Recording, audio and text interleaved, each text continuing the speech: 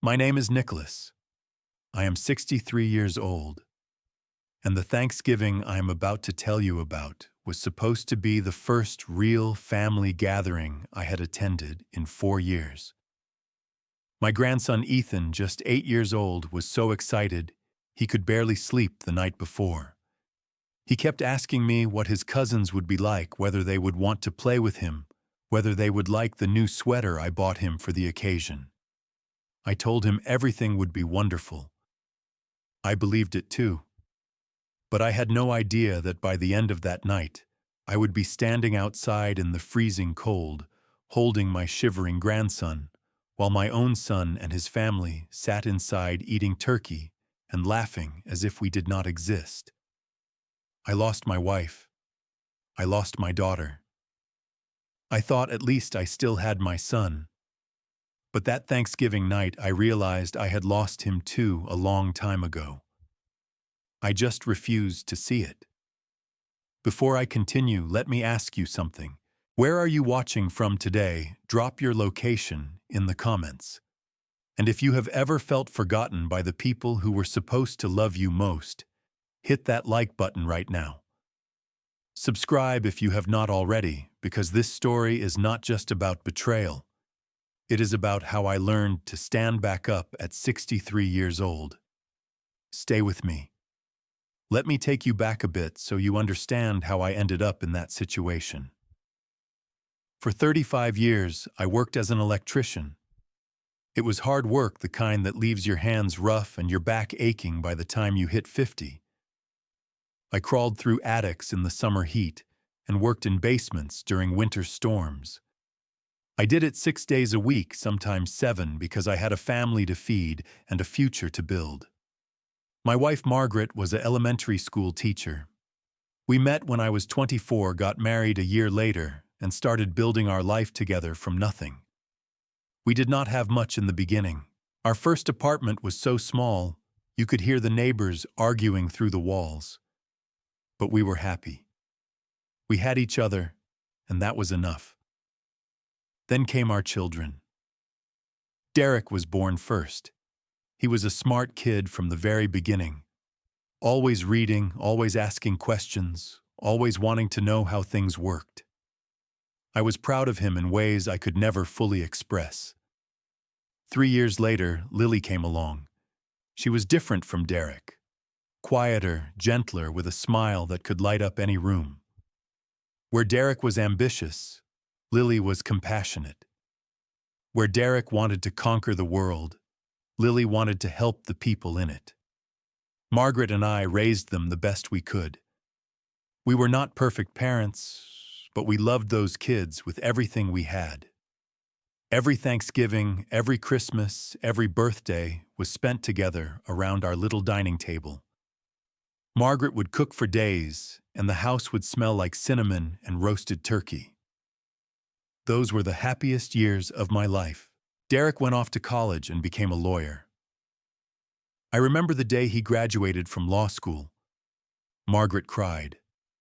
I shook his hand and told him I was proud of him. He smiled, but even then something felt different. He had changed during those years away from home. He spoke differently, dressed differently, looked at our little house differently. I told myself it was just growth, just maturity. I did not want to see what was really happening. Then he met Heather. She came from money, the kind of family that looked at people like me and saw nothing but dirt under their fingernails. The first time I met her, she shook my hand like she was afraid to touch me. She smiled, but her eyes stayed cold. Margaret tried to make conversation with her, asked her about her family, her interests, her plans with Derek. Heather answered in short sentences, checking her phone every few minutes. After they left that day, Margaret looked at me and said, "That woman does not love our son. She loves what he can become." I told her she was being too harsh. I wish I had listened to her instead. After Derek married Heather, the visits became less frequent. The phone calls became shorter. Every time I asked him to come home for dinner, he had an excuse. Work was busy. Heather had plans. The kids had activities. Always something. I made excuses for him. I told myself that successful people are busy people, that he was building his own life, that I should be proud rather than hurt. Meanwhile, Lily stayed close. She became a nurse, worked at the local hospital, and lived just 20 minutes away from us. She got pregnant young by a man who disappeared the moment he found out about the baby. She never complained about it, never blamed anyone. She just rolled up her sleeves and became the best mother she could be. Ethan was born on a rainy Tuesday in March, and from the moment I held him in my arms, I knew that little boy was special. He had Lily's eyes, that same gentle warmth that made you feel safe just being near him. Margaret and I helped Lily as much as we could. We babysat Ethan while she worked night shifts. We picked him up from school when she got stuck at the hospital. We became his second parents in many ways, and we loved every minute of it. Ethan called me Grandpa Nick before he could even say full sentences. That name became the sweetest sound I had ever heard. Then 4 years ago, Margaret got sick. Lung cancer, stage 3 by the time they found it. She had never smoked a day in her life, but that did not matter to the disease. It took her in 8 months. 8 months of hospital visits, chemotherapy, sleepless nights, and slow goodbyes. When she passed, I felt like half of me had been buried with her. Derek came to the funeral. He arrived late and left early. He said something about having to get back for an important meeting. He did not cry, not once. Heather stood next to him, looking bored, checking her watch, like she had somewhere better to be. I wanted to scream at them, but I did not have the energy. Lily held me together during those days. She stayed with me for 2 weeks after the funeral, cooking my meals, making sure I got out of bed, reminding me that I still had reasons to live. 2 years after Margaret died, Lily was driving home from a late shift at the hospital. A drunk driver ran a red light and hit her car on the driver's side. She died before the ambulance arrived. I got the call at 2 in the morning. I remember dropping the phone, remember my legs giving out beneath me, remember screaming into the empty house. My daughter, my sweet Lily, was gone. Ethan was 6 years old. His father had abandoned him before he was born. His mother was now dead. He had no one left in the world except me. So I did what any grandfather would do. I took him in. I became his parent, his protector, his everything. It was hard. I was 61 years old, grieving the loss of my wife and my daughter, suddenly responsible for a child who did not understand why his mommy was not coming home anymore. But I did it because I loved him, and because Lily would have wanted me to. Derek did not come to Lily's funeral. He sent flowers and a card that said, with deepest sympathy, like she was a distant colleague instead of his own sister. He never called to check on Ethan, never offered to help, never once asked how I was managing. I told myself he was dealing with his grief in his own way. I told myself he was busy, that he had his own family to worry about. I kept making excuses for him because the alternative was too painful to accept. Then, 1 week before Thanksgiving, Derek called me out of nowhere. He said he wanted me and Ethan to come to his house for the holiday dinner. He said it was time for the family to be together again, that Heather and the kids were looking forward to seeing us. I was shocked. For a moment I thought maybe things were changing. Maybe Derek had realized what was important. Maybe we could finally be a family again. I should have known better. I told Ethan about the invitation that night. His face lit up like Christmas morning. He asked me 100 questions. Would his cousins like him? What should he wear? Could he bring his favorite toy to show them? I answered every question with as much enthusiasm as I could muster, even though something in my gut told me to be cautious. But I ignored that feeling. I wanted to believe. I needed to believe. The night before Thanksgiving, I baked an apple pie using Margaret's recipe. It was the same pie she had made every year for as long as I could remember. The smell of cinnamon and brown sugar filled my little kitchen, and for a moment, it felt like she was there with me. I packed the pie carefully, making sure it would survive the 2-hour drive to Derek's house. I laid out Ethan's best clothes, the khaki pants and blue sweater I had bought him for special occasions. I polished my own shoes, ironed my shirt, tried to look presentable for my son's fancy friends. That night before I went to bed, I stood in front of the photograph of Margaret on my nightstand. I told her that tomorrow was going to be a good day, that maybe this was the beginning of something new. I asked her to watch over us. I had no idea what was waiting for us at that house. Thanksgiving morning arrived cold and clear. I woke up at 5, too anxious to sleep any longer. I started a pot of coffee and sat in the kitchen watching the sky lighten through the window. Ethan woke up around 7, already buzzing with excitement. He talked nonstop while eating his breakfast, asking me again about his cousins, wondering what kind of games they might play, hoping they would think he was cool.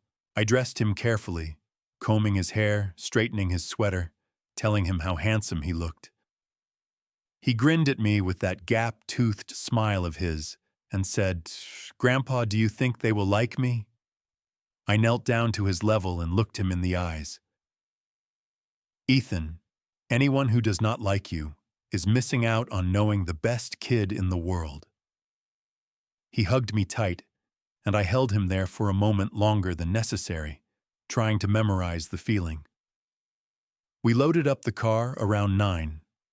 The apple pie sat on the passenger seat wrapped in a towel to keep it warm. Ethan climbed into the back with his favorite stuffed dinosaur, a worn green thing named Rex that he had slept with every night since Lily gave it to him. The drive was 2 hours through winding Pennsylvania roads past farms and small towns, decorated with autumn wreaths and Thanksgiving banners. Ethan fell asleep about an hour into the drive. I looked at him through the rearview mirror, this small boy who had already lost so much in his short life. I thought about Lily, about how proud she would be of him, about how much she would have wanted him to have a real family. I made a silent promise to her that I would give Ethan the best Thanksgiving possible. When we pulled into Derek's neighborhood, I felt like I had crossed into another world. The houses were enormous, each one bigger than the last, with manicured lawns and expensive cars parked in circular driveways. Derek's house was at the end of a cul-de-sac, a massive brick colonial with white columns and a 3-car garage. There were already several cars parked outside BMWs and Mercedes, the kind of vehicles I had only ever seen in commercials. I woke Ethan gently and helped him out of the car. He stood on the sidewalk staring up at the house with wide eyes. "Grandpa, this is where Uncle Derek lives." His voice was filled with wonder, but also something else. Uncertainty, like he already sensed he did not belong here. I took his hand and grabbed the pie with my other arm. "Come on, buddy. Let us go say hello." The front door opened before we reached it.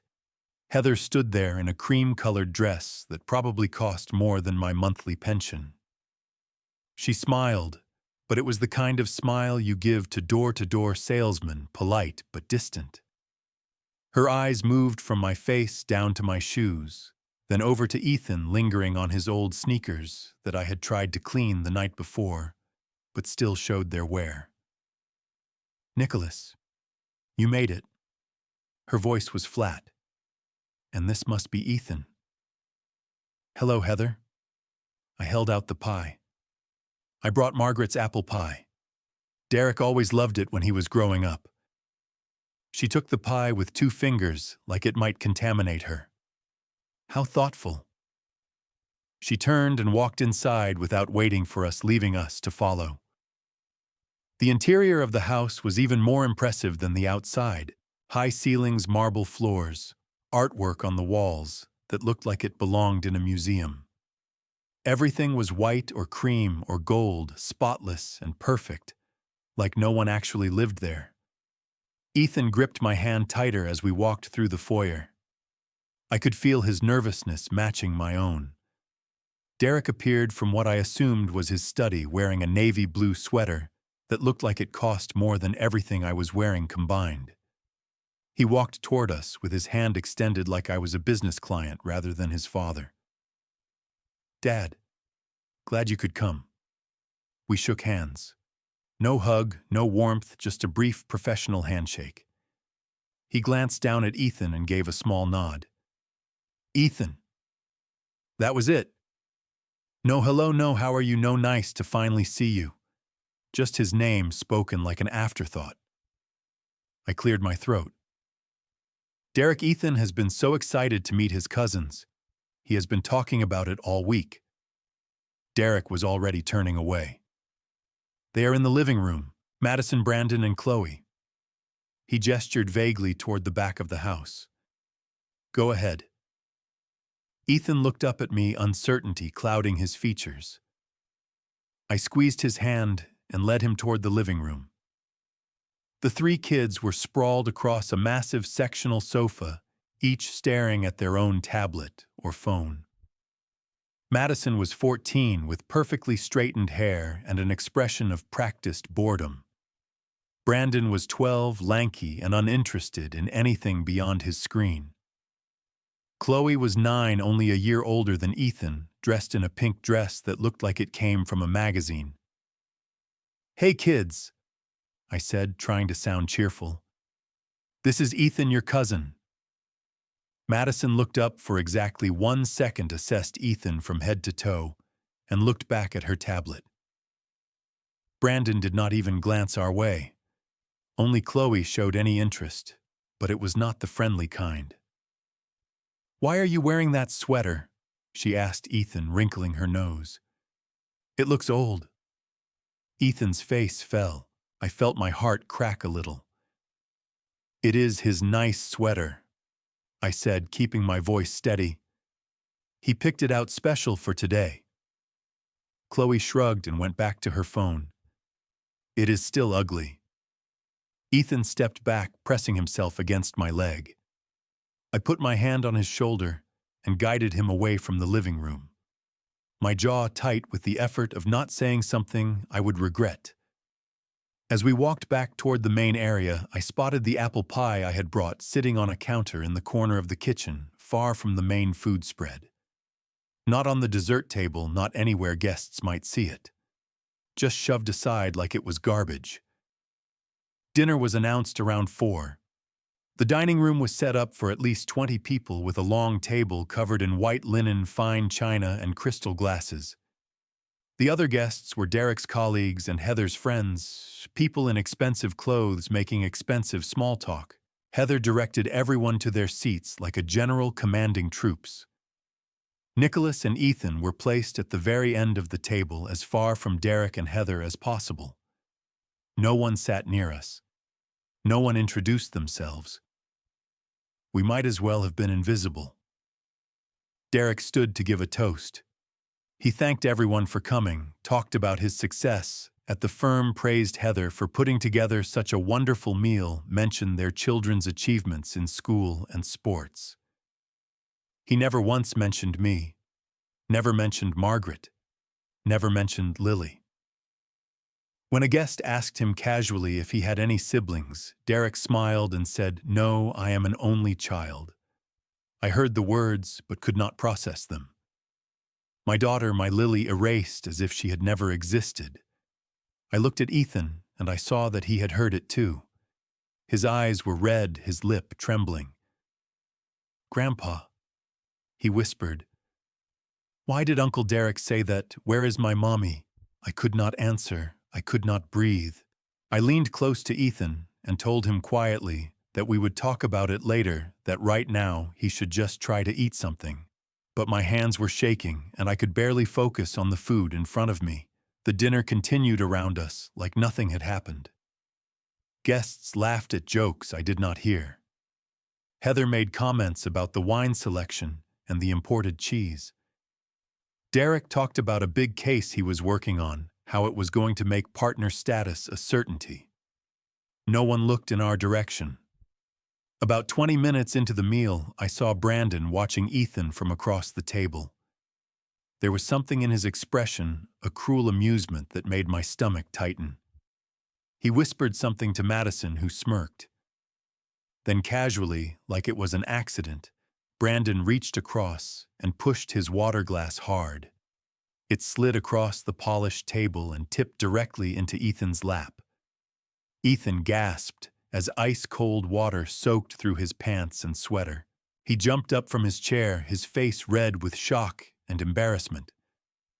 The glass clattered to the floor. "Ethan!" Heather's voice cut through the room like a whip. "What on earth are you doing?" Every head at the table turned toward us. Ethan stood there, dripping wet, his eyes filling with tears. "I did not do it," he said, his voice small and broken. Brandon pushed the glass. Brandon put on his most innocent face. "I did not touch anything. He knocked it over himself." Madison nodded quickly. "Yeah, I saw. Ethan just grabbed the glass and spilled it everywhere." "That is not true." Ethan's voice rose, desperate. "Grandpa, tell them. I did not do it." I stood up. "The boy is telling the truth. I saw Brandon push that glass." Derek's jaw tightened. "Dad, please, do not make a scene." "I am not making a scene. I am telling you what happened." Heather crossed her arms, her expression icy. "Nicolas, Ethan clearly needs to learn some table manners. Perhaps he should go outside and calm down until he is ready to behave properly." Outside. I could not believe what I was hearing. "It is 38 degrees out there. He is soaking wet." Derek stood, his voice low and controlled. "Dad, take Ethan outside for a few minutes. Let him cool off. We will continue dinner, and you can come back when things settle down." Derek, listen to me. Brandon pushed that glass on purpose. Ethan did nothing wrong. Enough. Derek's tone was final. "You always do this. You always take his side no matter what. This is why." He stopped himself, glanced at the guests who were watching with barely concealed interest, and lowered his voice. "Just go outside. We will talk later." I looked around the table. 20 adults, not one of them willing to speak up. Not one of them caring that an 8-year-old boy was being blamed for something he did not do. Not one of them seeing anything wrong with sending a child out into the cold on Thanksgiving night. I took Ethan's hand. He was trembling, whether from cold or fear or humiliation, I could not tell. "Come on, buddy. Let us go." We walked through the kitchen, past the counter, where my apple pie still sat untouched, and out the back door into the darkness. The backyard was large, with manicured hedges and expensive patio furniture covered in plastic for the winter. There were a few outdoor lights on, casting weak yellow circles on the frost-covered grass. Ethan stood beside me, shivering violently, his wet clothes already stiffening in the cold air. I took off my jacket and wrapped it around him. It was too big, hanging past his knees, but it was better than nothing. I only had a thin button-down shirt underneath, and the cold hit me immediately, cutting through the fabric like it was not there. "Grandpa, I am sorry." Ethan's teeth were chattering. "I did not mean to cause trouble." I knelt down and looked into his eyes. "Ethan, you listened to me. You did nothing wrong. Nothing. Do you understand?" He nodded, but his face crumpled. "Then why do they hate us, Grandpa? Why does nobody want us here?" I pulled him into my arms and held him tight. I did not have an answer. I did not know what to say. All I could do was hold this small, shivering boy and try to protect him from a cold that was not just coming from the weather. We stood there for a few minutes, and I thought surely someone would come out. Derek would realize how extreme this was. Heather would feel a moment of human compassion. anyone would open that door and tell us to come back inside. No one came. I walked to the back door and tried the handle. It was locked. I knocked. The sound seemed to disappear into the night. I knocked again, harder. Through the glass panel beside the door, I could see the dining room. Everyone was still at the table eating and talking. Heather glanced toward the door, and for a moment our eyes met. Then she turned away and said something to the woman next to her, who laughed. I pulled out my phone and called Derek. It rang and rang, then went to voicemail. I called again. Voicemail. A third time. Finally, a text message appeared on my screen. Stay outside until dinner is over. Ethan needs to learn that actions have consequences. I stared at those words. My son, the boy I had raised, the man I had defended for years, had just told me to let my 8-year-old grandson freeze outside as punishment for something he did not even do. Ethan tugged on my shirt. Grandpa, I am really cold. I looked at him. His lips were starting to turn blue at the edges. My little boy Lily's son standing in 38-degree weather in wet clothes because my other child had decided he was inconvenient. I called Derek one more time. He declined the call. Something inside me shifted in that moment. Something that had been bending for years finally broke. Not in a dramatic way, not with anger or tears. It just quietly snapped like a thread that had been stretched too thin for too long. I picked Ethan up. He was so light, too light, this fragile little person who had already lost so much. I carried him around the side of the house, through the fancy gate, past the expensive cars, to my old pickup truck parked at the end of the driveway.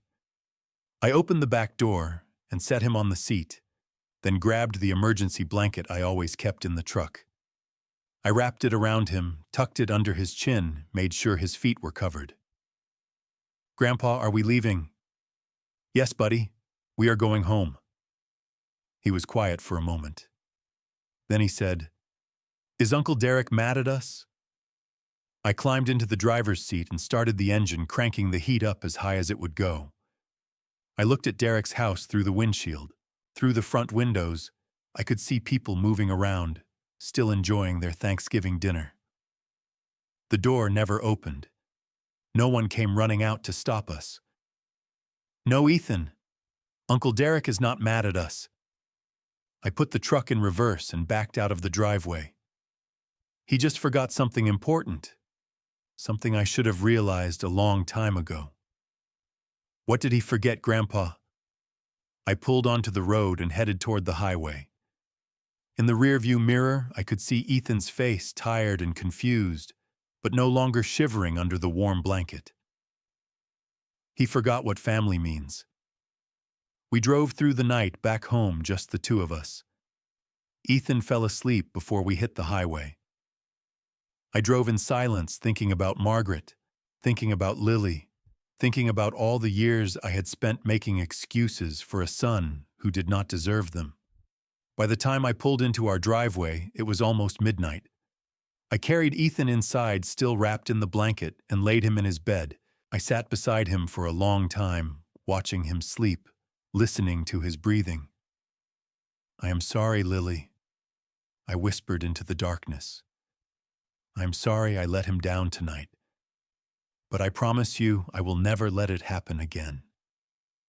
That Thanksgiving was the last time I ever set foot in Derek's house, and it was the first night of the rest of my life. The morning after Thanksgiving, I woke up before dawn. I had barely slept, replaying the events of the previous night over and over in my mind. Every time I closed my eyes, I saw Ethan's blue lips, Derek's cold dismissal, Heather's turned back. Ethan was still sleeping, his color returned to normal, his breathing steady. But I was worried. He had been shivering for almost an hour in wet clothes and freezing temperatures. That kind of exposure can do damage, especially to a child. I called Dr. Patricia Warren as soon as her office opened. She had been our family doctor for over 20 years, had delivered both Derek and Lily, had held my hand when Margaret got her diagnosis. I trusted her completely. "Bring him in right away, Nicholas," she said when I explained what happened. "I want to check him over myself." I got Ethan dressed in his warmest clothes and drove him to the clinic. He was quiet in the car, not asking questions, just staring out the window. That silence worried me more than anything else. Dr. Warren examined him thoroughly. She checked his temperature, listened to his lungs, looked in his ears and throat. When she was finished, she told Ethan to go sit in the waiting area and pick out a sticker from the basket while she talked to his grandpa. "He has a mild upper respiratory infection." She said, her voice calm, but her eyes angry. "Nothing serious, but it could have been much worse." "Nicholas, what exactly happened last night?" I told her everything. The water spill, the accusation being sent outside the locked door, the ignored phone calls. By the time I finished, her hands were clenched into fists. "That is child neglect," she said flatly. "Nicholas, you could file charges." I shook my head. "I am not going to put Ethan through that. He has been through enough." "Then what are you going to do?" I thought about it. I had spent the whole night thinking about it. "I'm going to protect him. That is all I know how to do." She put her hand on my arm. "You are a good man, Nicholas. A good grandfather. Do not let anyone make you doubt that." I took Ethan home with antibiotics and instructions to rest. For the next few days, we stayed in our little house, watching movies, eating soup, trying to heal in more ways than one. 3 days after Thanksgiving, my phone rang. It was Derek. I almost did not answer. But some part of me, some foolish, hopeful part, thought maybe he was calling to apologize. Maybe the night had weighed on his conscience. Maybe he had realized how wrong he had been. "Dad." His voice was sharp, irritated. "What the hell happened Thursday night?" I blinked. "Excuse me. You just left without saying goodbye. Do you have any idea how embarrassing that was? Heather's friends were asking where you went. We looked like fools." I could not believe what I was hearing. "Derek, you locked us outside, in freezing temperatures, for almost an hour." "Oh, come on. It was not that long, and Ethan needed to learn a lesson about behavior. He did not do anything wrong. Brandon pushed that glass." Derek sighed, the sound of a man who thought he was dealing with someone beneath him. "Dad, you always do this. You always take Ethan's side. You always defend him no matter what. That is why he is turning out the way he is."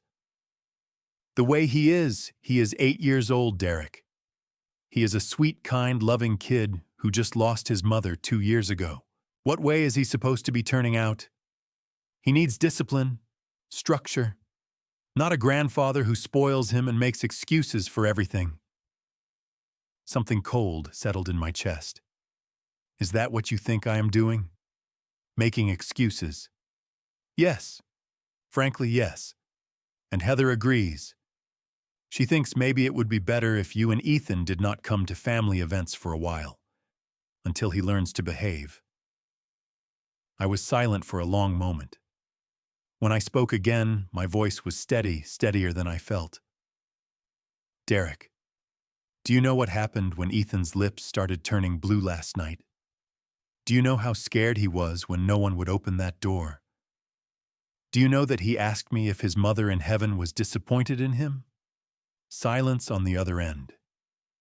"You left an 8-year-old boy outside in wet clothes on a 38-degree night because he was an inconvenience to your dinner party. And now you are calling to complain that I embarrassed you by leaving. Dad, you are overreacting. It was not that serious." "Not that serious." I took a breath. "Derek, from this moment forward, you do not need to call me. You do not need to invite me to your parties or your dinners. You are not welcome in my home, and I will never set foot in yours again. You are not my son anymore. Whatever son I had died a long time ago, I just did not want to see it. I heard his sharp intake of breath. Dad, you cannot be serious. I have never been more serious about anything in my life. Goodbye, Derek. I hung up the phone and set it on the table.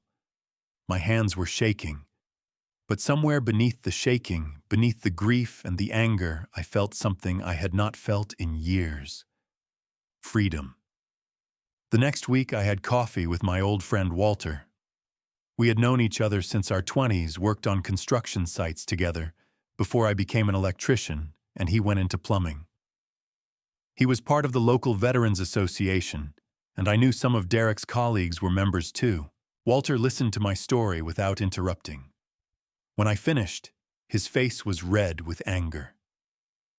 Nicolas, that is the most shameful thing I have ever heard. Your own son did that. I nodded. I keep thinking maybe I did something wrong. Maybe I raised him badly. Maybe this is my fault. No. Walter slammed his hand on the table. Do not you dare blame yourself.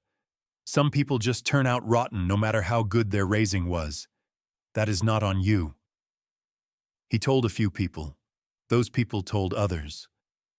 Within 2 weeks, the story had spread through the community like wildfire. I did not ask him to do it, did not want the attention. But Walter said people deserved to know the truth about the man Derek had become. Then came Heather's mistake. She posted a photo from Thanksgiving on her social media, one of those carefully staged pictures showing the whole family around the dinner table, smiling and perfect. The caption read, "So grateful for family and the blessings we share. Happy Thanksgiving from our home to yours." Someone who knew me saw it. They commented asking about me and Ethan. Others joined in. The story came out in the comments piece by piece. Within hours, Heather deleted the post, but screenshots were already circulating. I heard through Walter that Derek had been called into his senior partner's office. Not about work, but about character. Apparently, the partners valued family and integrity, and the story of what Derek did on Thanksgiving did not align with the image the firm wanted to project. I took no pleasure in it. I did not want Derek to suffer.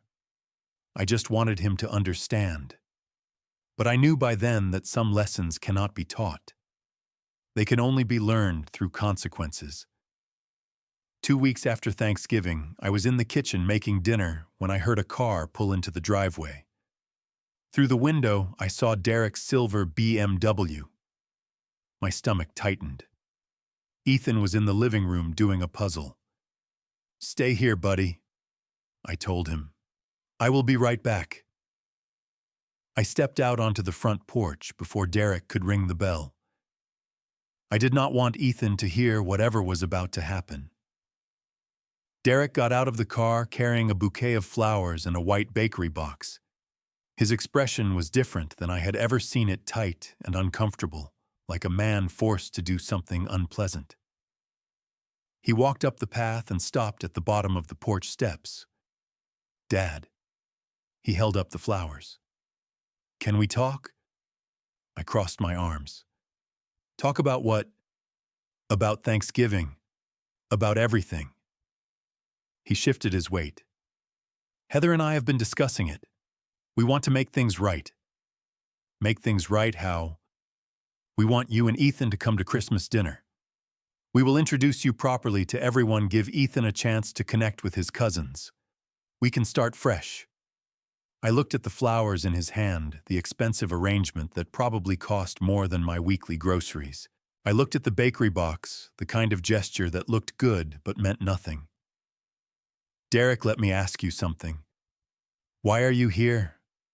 He blinked. "I just told you. To make things right." "No. Why are you really here? Is it because you realized you did something terrible to your nephew?" Is it because you feel genuine remorse for leaving an 8-year-old in the cold? Or is it because people found out and now you are embarrassed? His jaw tightened. Does it matter? It matters to me. He was silent for a moment. Then he sighed and I saw the mask slip just a little. Fine. Yes, it has been difficult. People are talking. Some of Heather's friends have stopped calling. My partners asked questions I did not want to answer. Is that what you wanted to hear? I did not want to hear any of this, Derek. I wanted a son who cared about his family.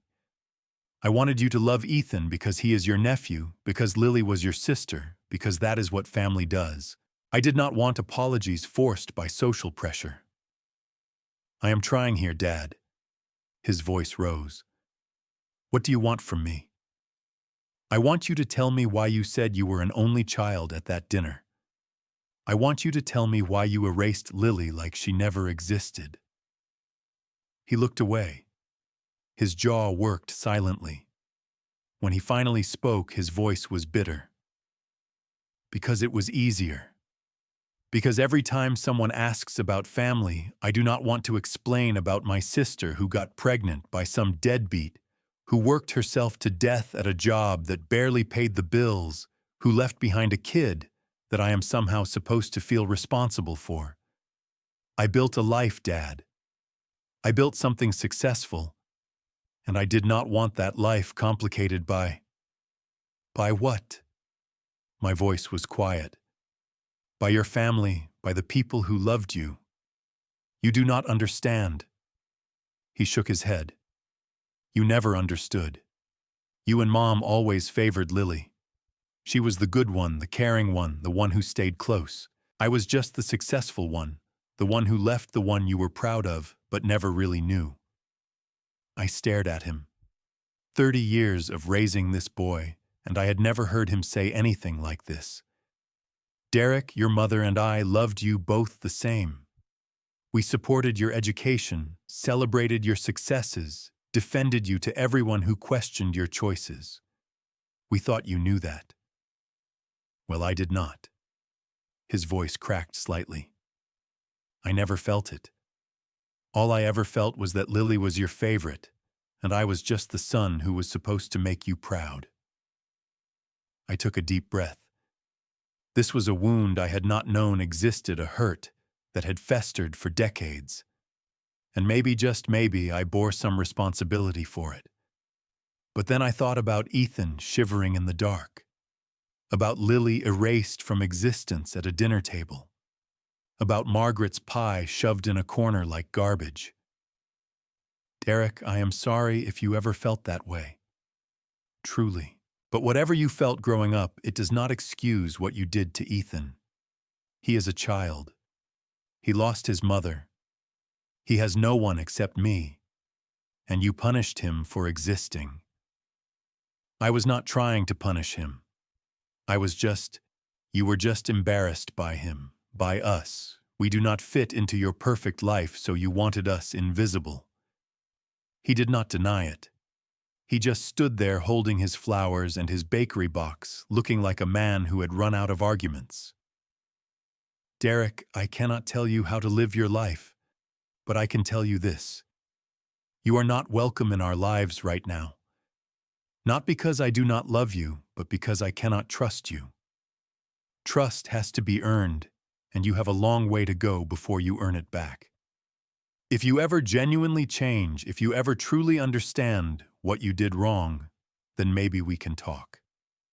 But coming here with flowers and invitations because your reputation is suffering, that is not change. That is damage control. I turned and put my hand on the door handle. Goodbye, Derek. Dad, wait. His voice was desperate now. Please, I am your son. I looked back at him. Yes, you are. And I will always love the boy you used to be. But the man you have become, I do not know him. And right now, I do not want to. I went inside and closed the door. Through the window, I watched him stand there for a long moment. Then he got in his car and drove away. Ethan appeared at my side, his hand slipping into mine. Was that Uncle Derek, Grandpa? Yes, buddy. Is he still mad at us? I looked down at his worried face, this precious boy who had done nothing to deserve any of this. He is not mad, Ethan. He is just lost right now. Some people take a long time to find their way. Will he ever find it? I squeezed his hand. I hope so, buddy. I really hope so. That evening, something unexpected happened. My neighbor Helen came by with a casserole. An hour later, my old colleague Frank stopped in with some groceries. By the end of the night, 3 more people had visited, bringing food and kind words and offers of help. I did not understand at first. Then Walter called and explained. Word had spread about what I had said to Derek about how I had stood up for Ethan. People were impressed. In a world where family loyalty often meant tolerating bad behavior, I had drawn a line. You did a brave thing, Nicolas, Walter said. Not many fathers would have the courage to do what you did. I did not feel brave. I felt tired and sad and old.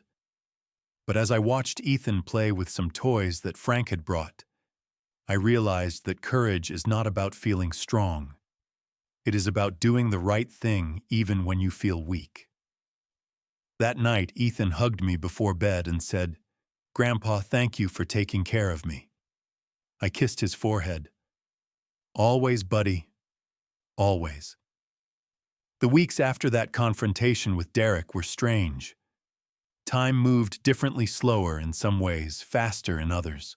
I spent my days taking care of Ethan, making sure he had everything he needed, trying to give him a sense of normalcy after everything that had happened. But at night, when Ethan was asleep, I sat alone in the dark and thought about everything. About Derek, about the things he had said on the porch, about the years of resentment he had carried. I thought about Margaret, about whether she had sensed something I had missed. I thought about Lily, about whether I had somehow failed Derek by loving her in a way he could see, but not feel for himself. Those were hard nights. I would be lying if I said I did not cry. I would be lying if I said I did not doubt myself. But every morning I woke up and saw Ethan's face, and I remembered why I had made the choices I made. Christmas came quietly. Just the 2 of us, no big celebration, no extended family. I bought a small tree and let Ethan decorate it however he wanted. It ended up covered in mismatched ornaments and too much tinsel, and it was perfect. On Christmas morning, Ethan ran down the stairs and found the presents I had wrapped. They were not expensive, nothing like what Derek's kids probably received. A new book about dinosaurs, a puzzle with 100 pieces, a warm winter coat, a small toy truck. Ethan looked at each gift like it was treasure. He hugged me so tight I thought my ribs might crack. Grandpa, this is the best Christmas ever, he said. I knew he was not just talking about the presents. He was talking about being together, being safe, being loved. And in that moment, I knew I had done the right thing.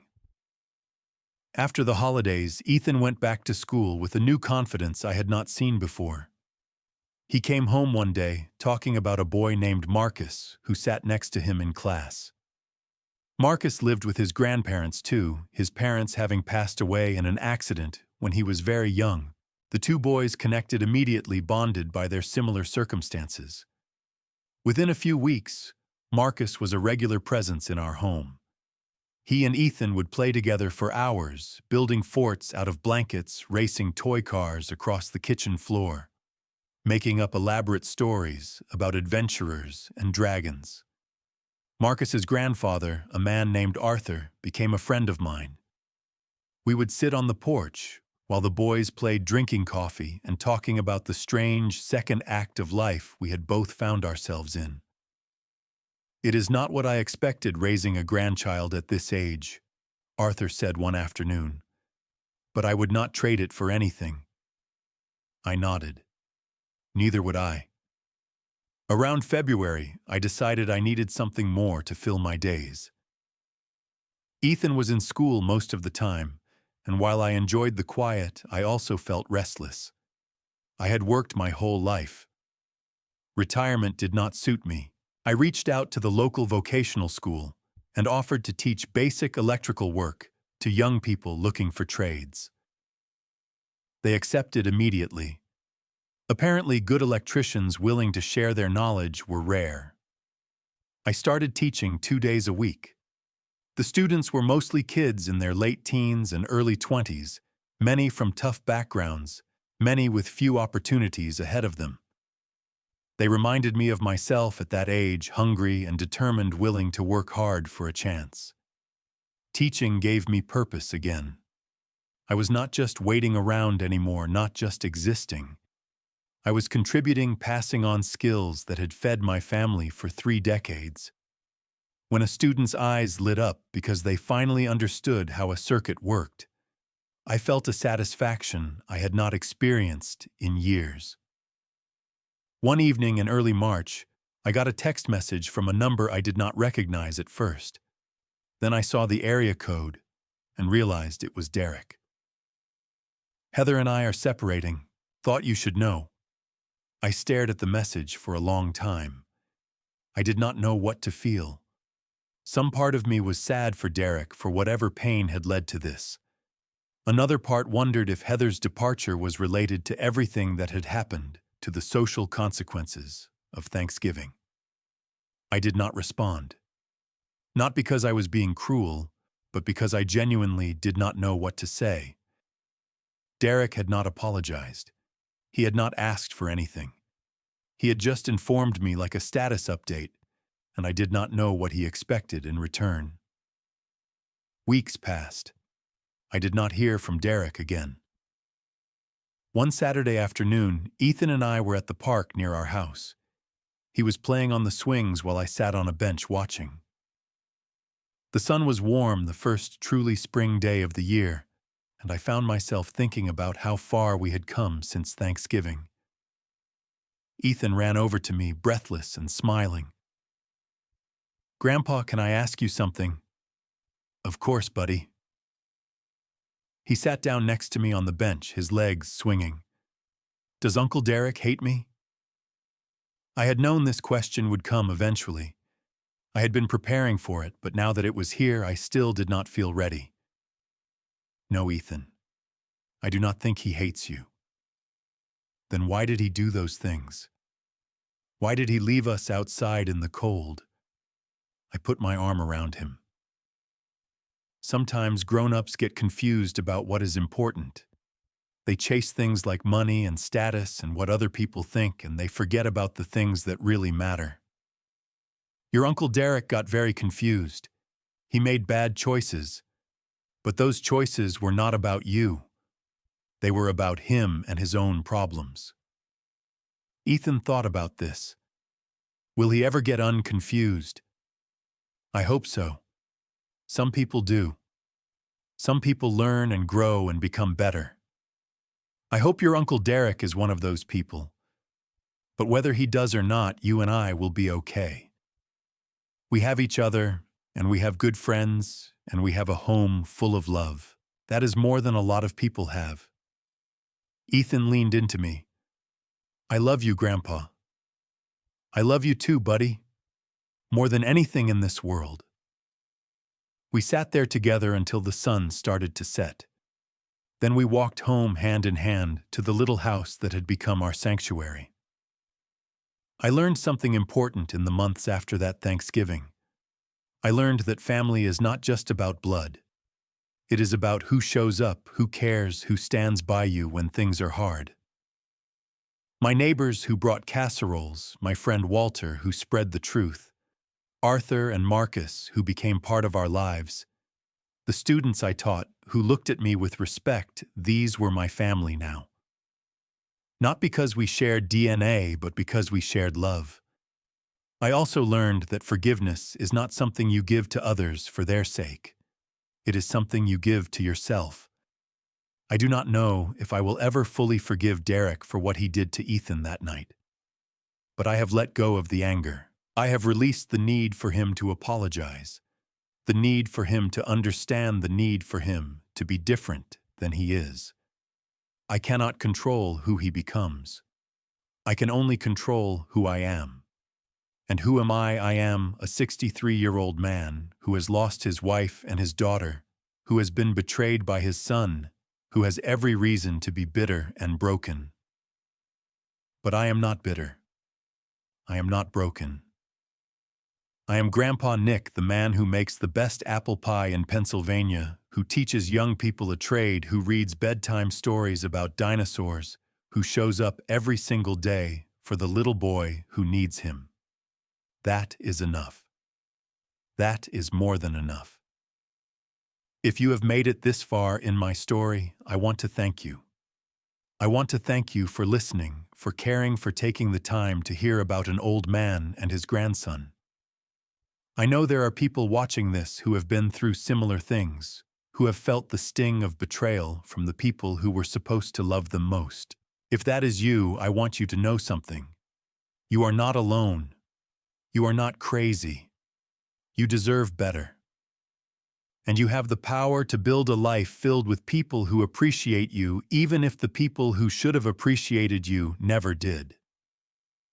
Now I have a question for you. Have you ever had to walk away from family to protect yourself or someone you love?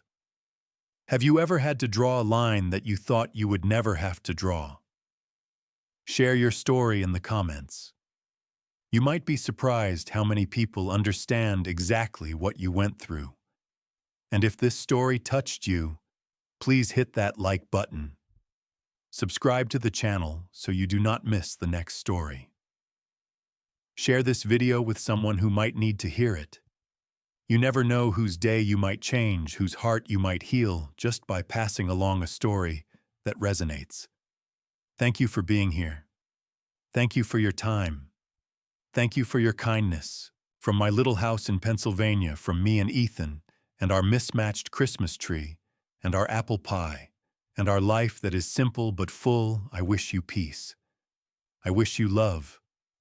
I wish you the courage to protect what matters and let go of what does not. And if you are wondering what Thanksgiving will look like for us next year, I do not know. But I know one thing for certain. Wherever we are, Ethan and I will be together. We will be warm. We will be safe. And we will be grateful for every single blessing we have. That is enough. That is everything.